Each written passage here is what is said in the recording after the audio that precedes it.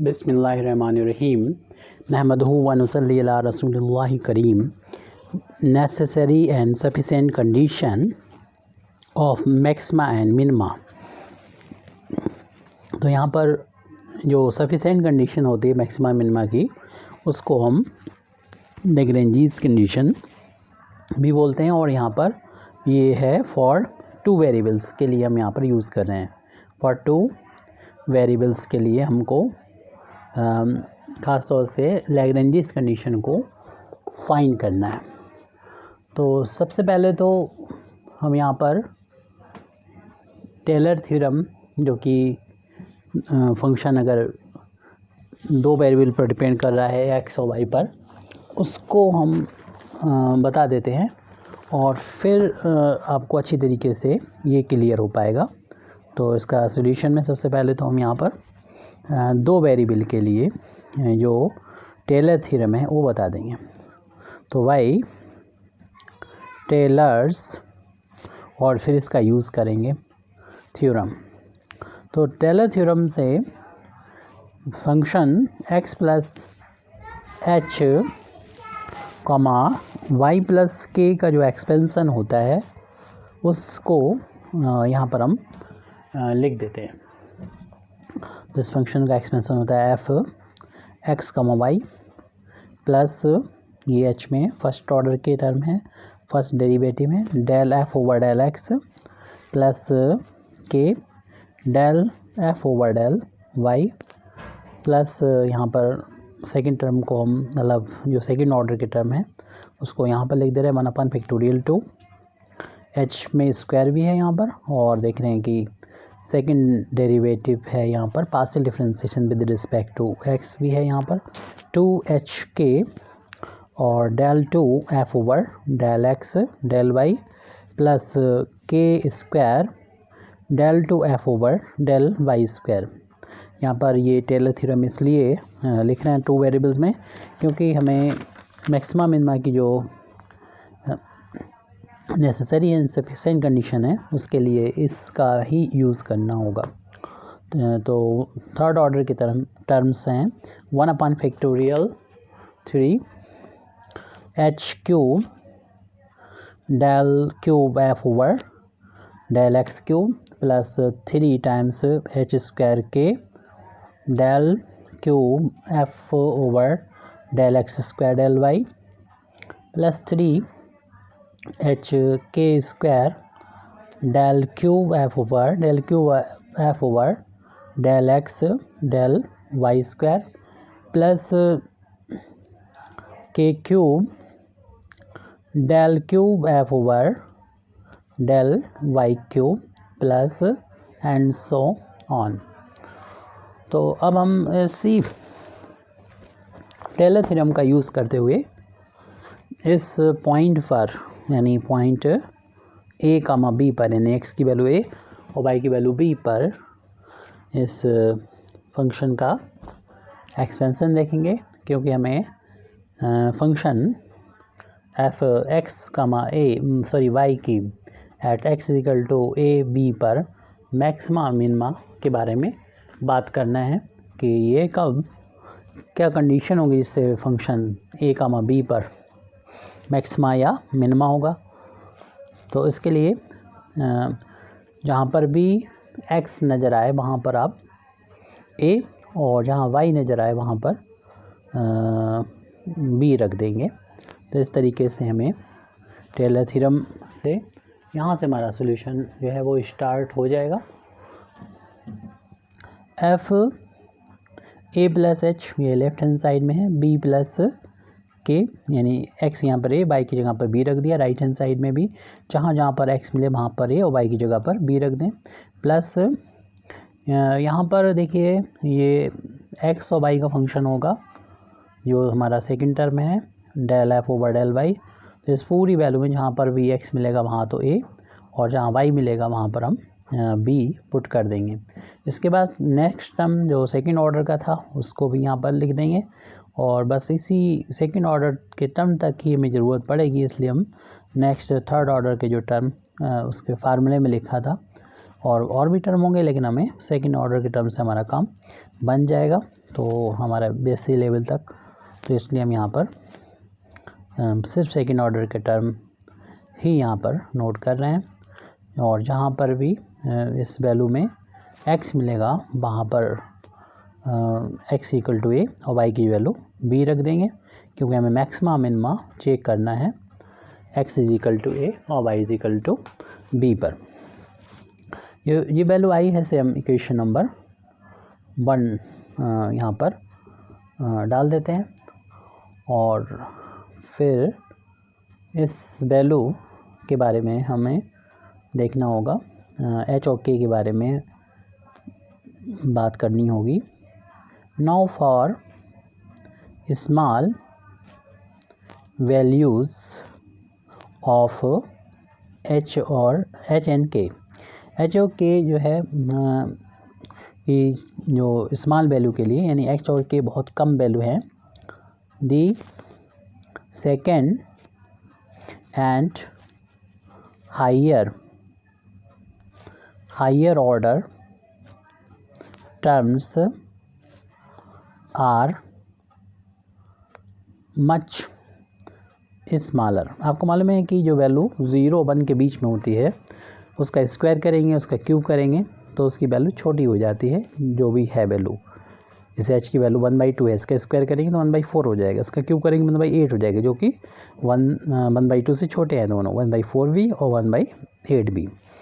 तो वही वैल्यू है, वही बात है कि h और k की वैल्यू जो है वो 0 और, चाहे ये +1 हो या -1 हो, 0 और 1 यानी +1 हो या -1 के बीच में अगर वैल्यू है, तो उनके हायर जो टर्म्स होंगे वो जो होंगे उसी के बारे में लिख रहे हैं, आर मच स्मॉलर न्यूमेरिकली का मतलब यहाँ पर यह है, उसका साइन नहीं देखना है कि पॉजिटिव है या नेगेटिव है। देन दी फर्स्ट, यानी ये बहुत छोटे होंगे फर्स्ट टर्म के रिस्पेक्ट में,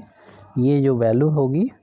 यानी जो टर्म होंगे वो बहुत छोटे होंगे, क्योंकि वहाँ पर h का स्क्वायर हो रहा है,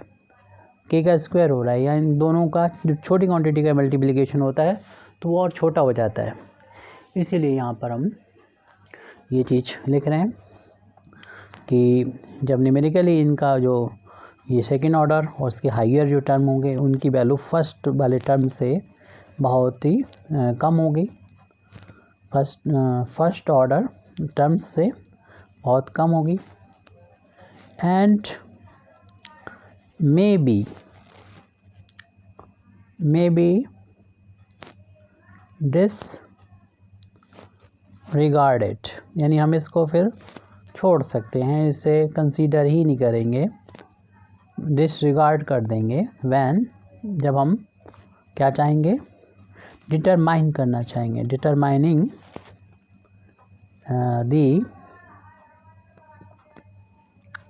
दी साइन, और यहाँ पर जो साइन की बात आ रही है, determining the sign of f a plus h b plus k minus, देखिए इस टर्म को हम जब ट्रांसपोज कर देंगे लेफ्ट हैंड साइड में, तब हमें ये जो वैल्यू मिल रही है वो वैल्यू डिपेंड करेगी बाकी ये बची हुई वैल्यू पर, और ये टर्म बहुत छोटे हैं, तो सारी वैल्यू जो है इनका जो साइन होगा वो डिपेंड करेगा इस वैल्यू के ऊपर, डिपेंड करेगा कि इसका साइन कैसा है। ये पॉजिटिव है तो इसका साइन पॉजिटिव आ जाएगा, अगर ये वाला टर्म निगेटिव है तो इसका साइन निगेटिव आ जाएगा। इसी चीज़ को हमें यहाँ पर बताना है। इस तरीके से हम कह सकते हैं, इसे इक्वेशन हम 2 डाल देंगे अपने इस स्टेटमेंट को आगे कहने के लिए, तो इस तरीके से कह सकते हैं, दस दी जो साइन होगा ऑफ 2, यानी इस चीज़ का जो साइन होगा वो डिपेंड्स अपॉन, क्योंकि हमने बता दिया कि बाकी टर्म तो बहुत छोटे हैं, उसके हायर डिग्री टर्म जो इसके बाद आएंगे वो भी बहुत छोटे हैं, थर्ड ऑर्डर के और हायर, तो इसलिए जो इसका जो साइन आएगा यहाँ इक्वेशन नंबर 1 से, वो डिपेंड करेगा उसी चीज़ को हम लिख रहे थे, depend upon the first degree expression. तो फर्स्ट डिग्री जो एक्सप्रेशन है, फर्स्ट डिग्री जो टर्म है वो ये था, ये है। तो इसको यहाँ पर हम नोट कर ले रहे हैं, इस पर डिपेंड करेगा, यानी H del F over del X plus K del F over del Y at the point X is equal to A and Y is equal to B, इस पर डिपेंड करेगा। बट दिस एक्सप्रेशन, लेकिन ये expression जो है वो change करेगा their sign, उसका साइन जो होगा वो चेंज होगा when the sign of h and k are changed. जब एच और के जो साइन होंगे वो चेंज होंगे तो इसका साइन भी चेंज होगा, यानी इसकी वैल्यू पॉजिटिव हो जाए तो ये वैल्यू पॉजिटिव हो जाएगी, तो इसका साइन भी, इक्वेशन नंबर 2 का साइन भी पॉजिटिव हो जाएगा। माना ये निगेटिव है, दोनों निगेटिव हैं, तो इसका साइन फिर निगेटिव हो जाएगा, क्योंकि ये वैल्यू इस पर डिपेंड कर रही है। ऊपर हमने बता दिया, क्योंकि ये टर्म जो है वो तो 0 0 समझ लीजिए उनको, तो इस पर डिपेंड करेगा। और हो सकता है इसमें एक पॉजिटिव हो एक निगेटिव हो, तो किसी की वैल्यू ज़्यादा हो किसी की कम हो, तो इसका साइन कभी प्लस कभी माइनस, यानी हम फिक्स साइन नहीं होगा, ये कहना चाह रहे हैं हम, क्योंकि इसकी साइन जो होगा वो एच और के का जो साइन है वो जब फिक्स नहीं होगा, चेंज होगा, तो हम कह सकते हैं हैंस इन ऑर्डर दैट 2 में, यानी जो ये वैल्यू है इसका जो साइन होगा, में प्रिजर्व ए फिक्स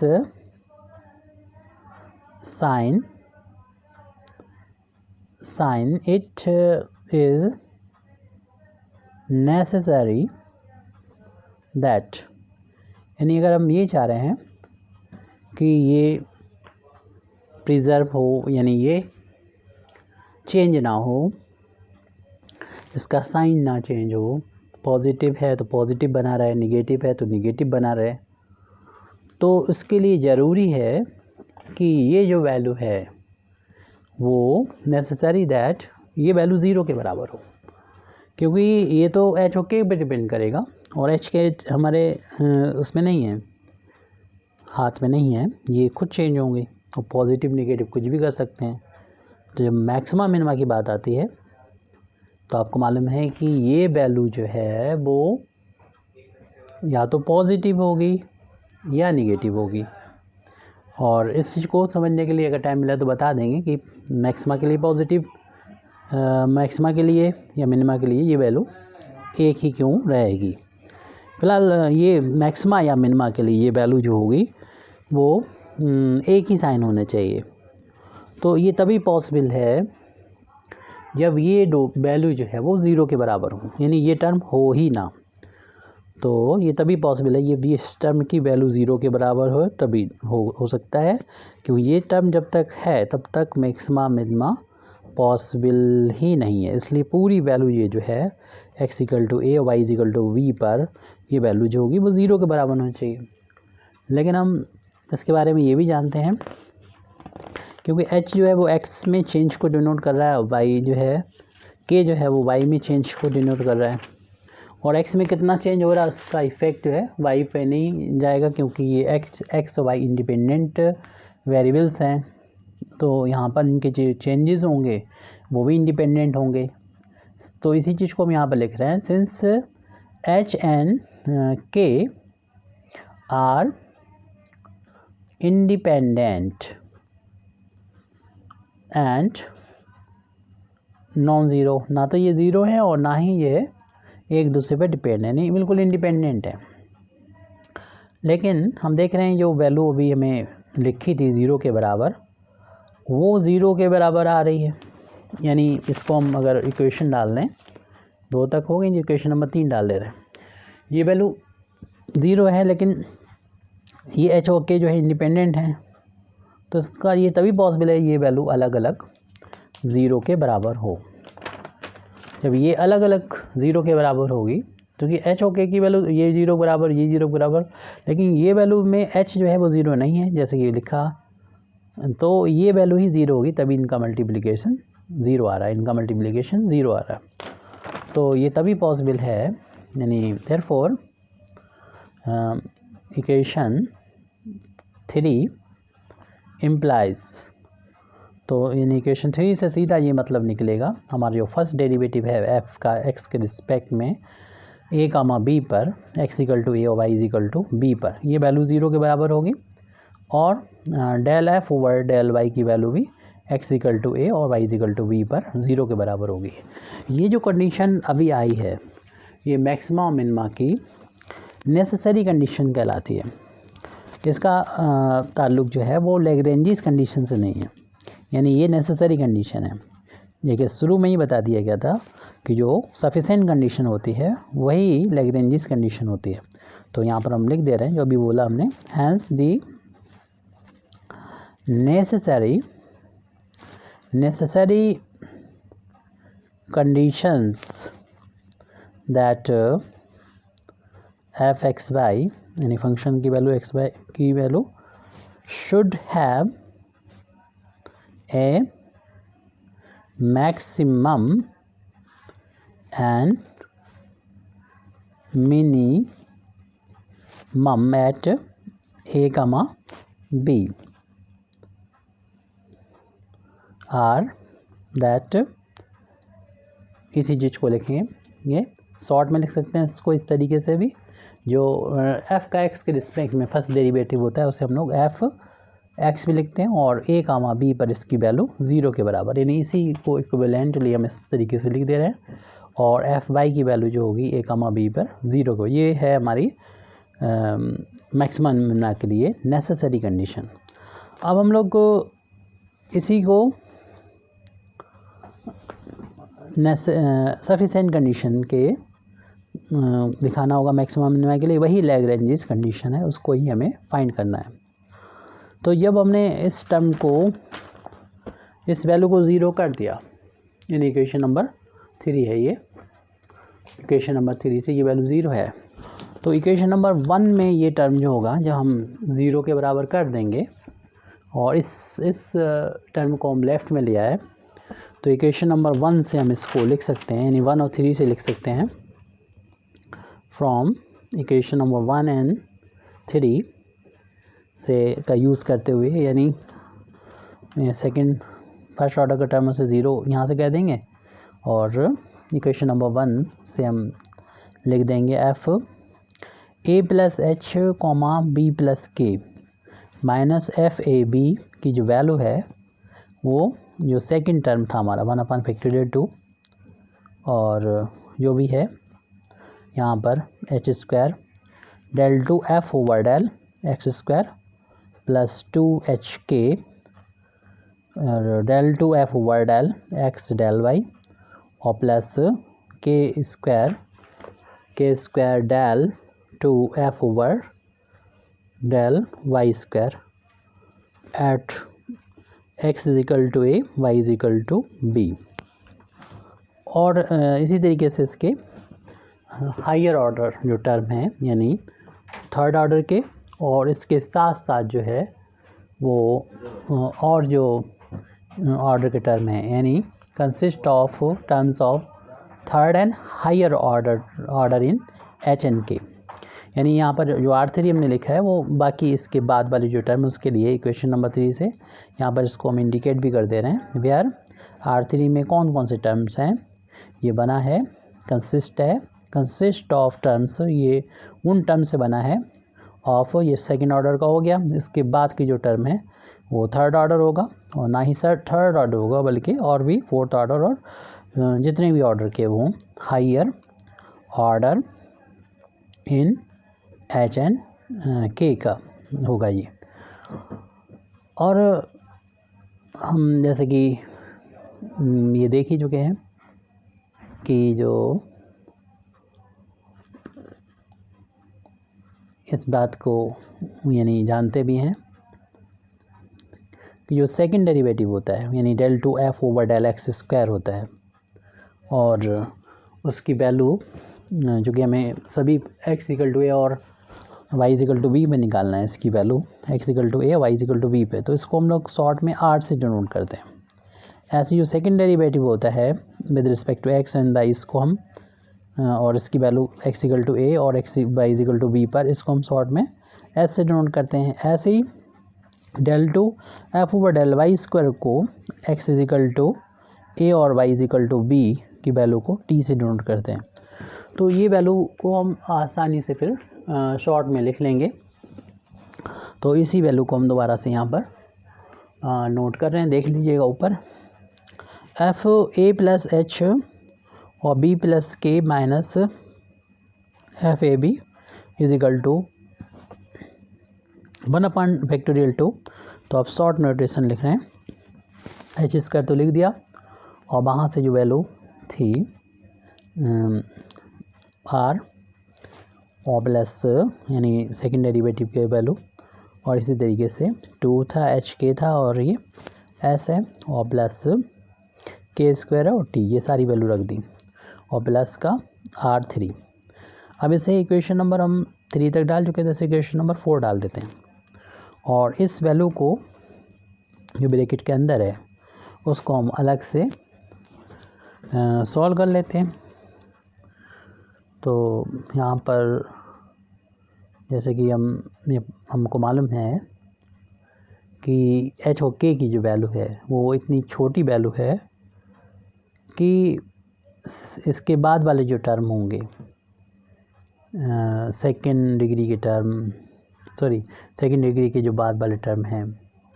और इससे हायर ऑर्डर टर्म होंगे तो वो इतने छोटे हो जाएंगे तो उन्हें हम निगलेक्ट कर सकते हैं।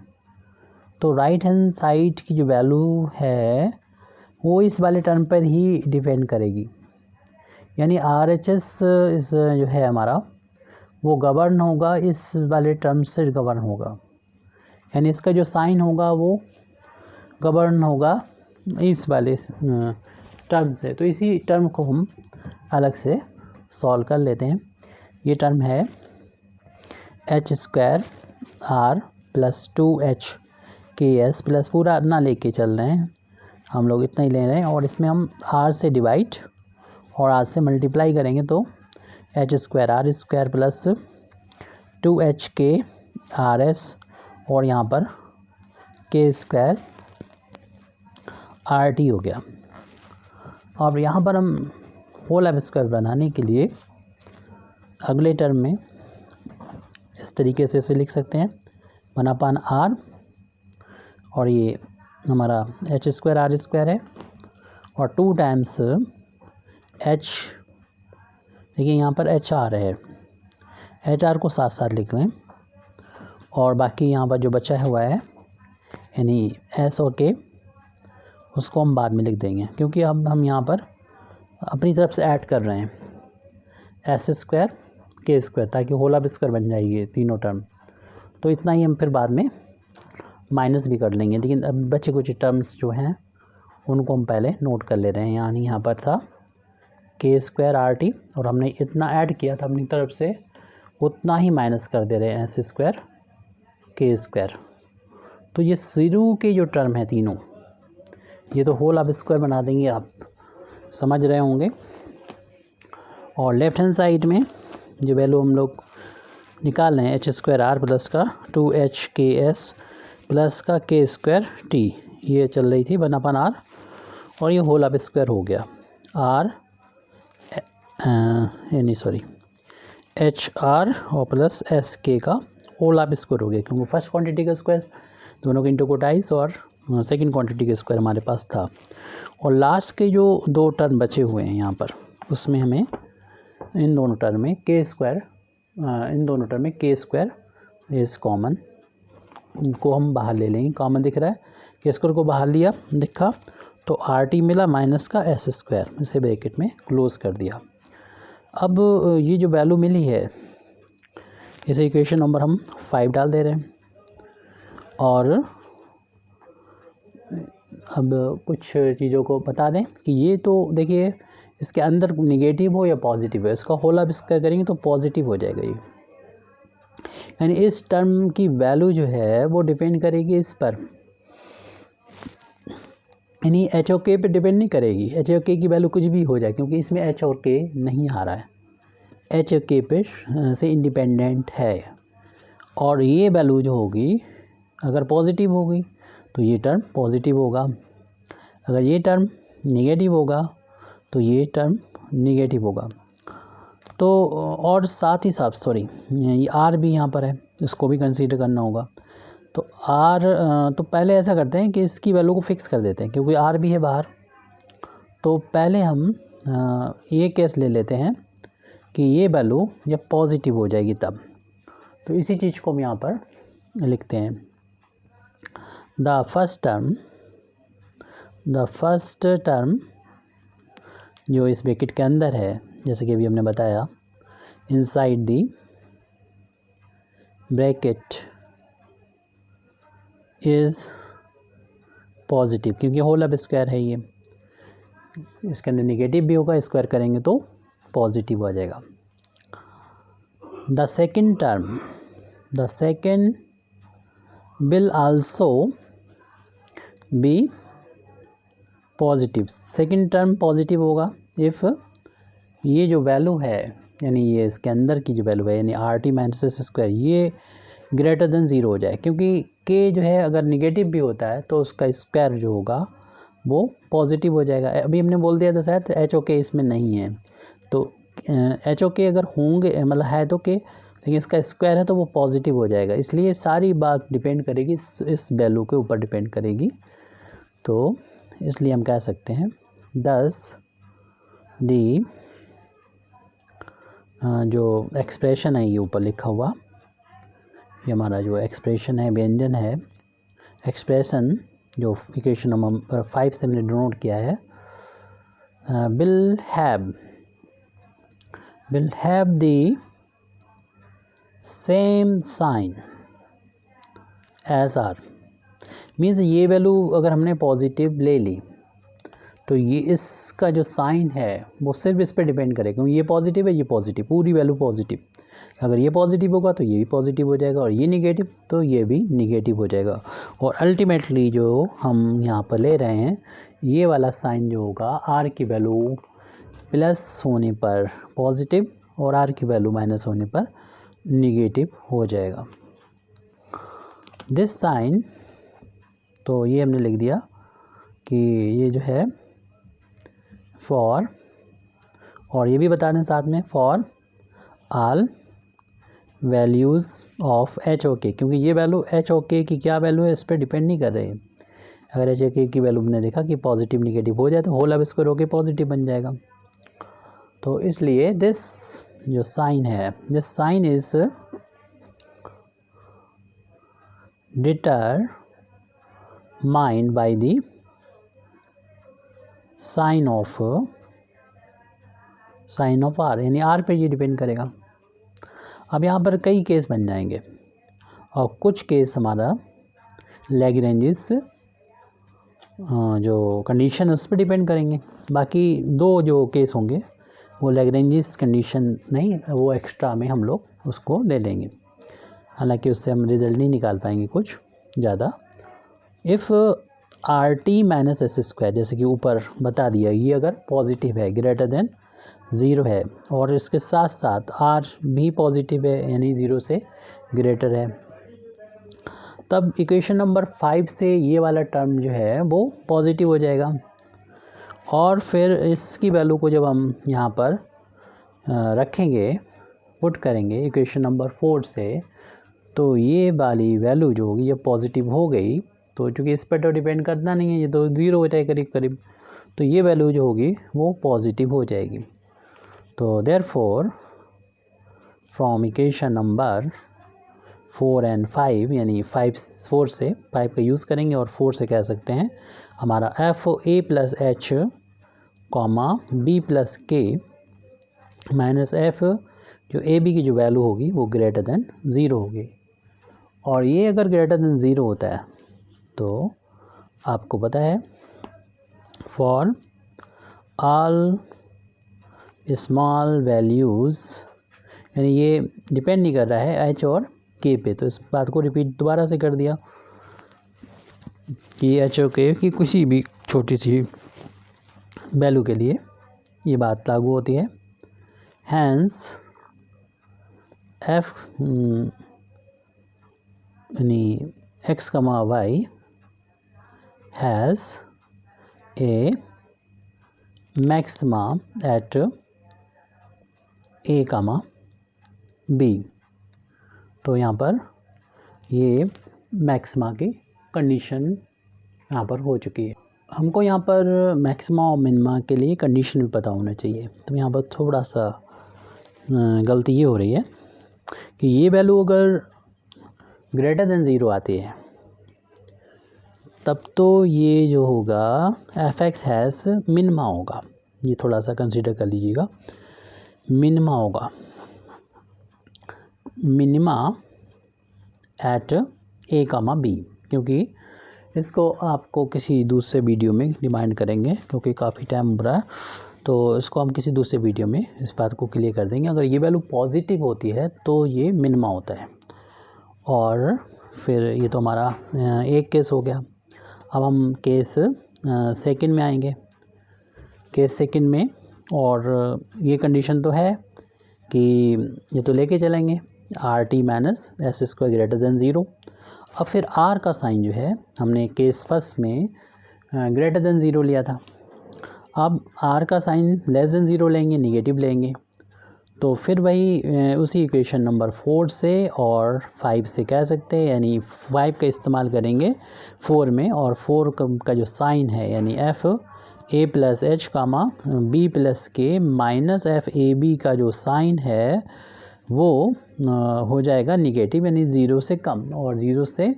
कम होगा आर की वैल्यू निगेटिव होगी तो मैक्सिमा होगा। तो हम कह सकते हैं hence F x comma Y has a maxima, पहले मिनिमा हो चुका है, maxima at A comma B. तो यही दो जो कंडीशंस हैं इनको हम लोग बोलते हैं लैग्रेंजिस कंडीशन। तो इसी को हम कह सकते हैं कि दीज आर कॉल्ड लैग्रेंजिस कंडीशंस, और ये इसकी सफिशेंट कंडीशन है। अब हमने ये भी बोला था इसके अलावा दो केस और होंगे, कंडीशन और होंगी, उसको हम ले लेंगे। तो उसको हम केसेस से डिनोट कर रहे हैं। जो हमारा केस थर्ड है, यानी दो केस तो हो चुके हैं और वो दोनों केस यानी कंडीशंस लैग्रेंजिस कंडीशन होगी। अब थर्ड केस यहाँ पर ले लेते हैं। जो थर्ड केस यहाँ पर हम लोग ले रहे हैं तो उसमें ले लेते हैं कि R T minus S square की वैल्यू अगर ज़ीरो के बराबर आ जाती है तो हमारा जो बीएससी लेवल है पूरे वर्ल्ड में इसका सिलेबस में, तो इसमें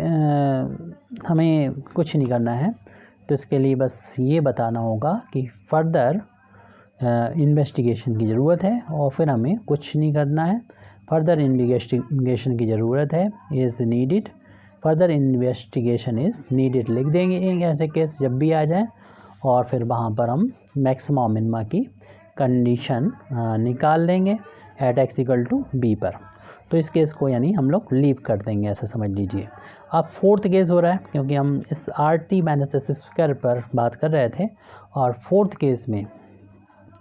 if R T minus S square की वैल्यू अगर छोटी ले लेते हैं ज़ीरो से, फिर हम पहुंच जाएंगे वहीं पर इक्वेशन नंबर 5 पर पहुंच जाएंगे। ये वैल्यू अगर निगेटिव आ जाती है इक्वेशन तो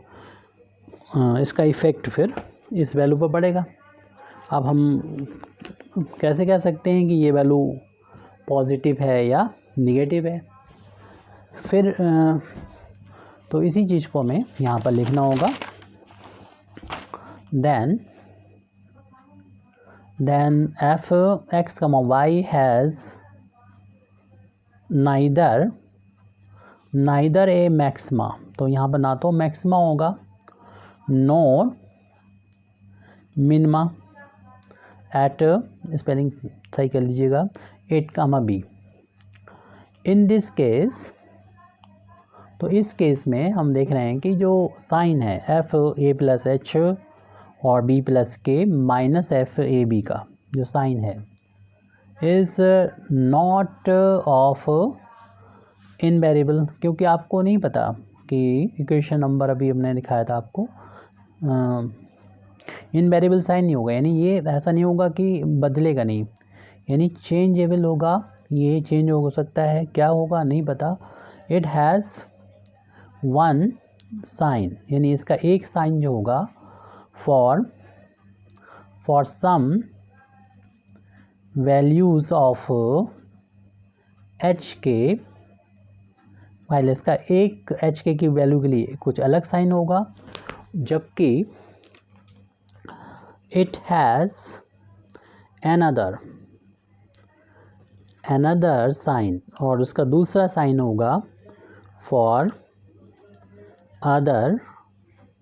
वैल्यू ऑफ एच के, तो एच के की किसी दूसरे वैल्यू का इसका साइन अदर होगा। और ऐसे केस में सच पॉइंट, ऐसे पॉइंट कहलाते हैं जिस पॉइंट पर यानी ए कामा बी पर सच पॉइंट इज़ कॉल्ड, ऐसे ही पॉइंट कहलाते हैं ए सैडल पॉइंट, सैडल पॉइंट कहलाते हैं। यानी सैडल पॉइंट का मतलब इस तरीके का पॉइंट हो कि इसके इधर तो लगे कर्व जो है वो मिनिमा है, लेकिन इस तरफ से देखें तो मैक्सिमा है।